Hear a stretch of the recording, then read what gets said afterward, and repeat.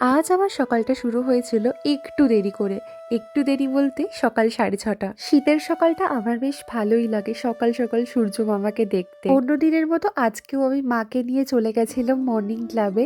আর হয়তো কিছুদিনই এরকম শীতের সকাল দেখতে পারবো, কারণ এরপর থেকে তো খুব গরমই পড়ে যাবে। এখনই কতটা গরম পড়ে গেছে। রইলো কথা আমার সোয়েটারে, সেটা আমাকে পরতেই লাগে, কারণ আমি যখন সকালবেলা উঠে স্কুটি চালাই তখন যে হাওয়াটা লাগে ওটা কিন্তু বেশ ঠান্ডা ঠান্ডাই হাওয়া থাকে আর প্রচন্ড শীতও করে। আমি আজকে মনে মনে ভেবে রেখেছিলাম আগে থেকে মাকে নিয়ে একটা চ্যালেঞ্জের ভিডিও বানাবো, সেটাই আর কি দূর থেকে দেখছিলাম আর ঠিক করছিলাম ক্যামেরাটা। মা আর আমি বসে দেখে নিচ্ছিলাম যে কিরকম লাগছে কিরকম না, তারপরে মাকে ভালো করে বুঝিয়ে দিয়েছিলাম যে কিভাবে খেলতে হবে গেমটা, আর তার সাথে একটা খেয়েও নিয়েছিলাম, প্লিজ ইগনোর করো। তারপরে আমি বেরিয়ে পড়েছিলাম মামির সাথে চা খেতে। চা খাওয়ার পর আমরা এই শীতের বিকালটা চলে গেছিলাম হাঁটতে, কিন্তু স্কুটি নিয়ে আসার পরেও আমরা হাঁটছিলাম রাস্তার মধ্যে দিয়ে। এটা কি আজব না?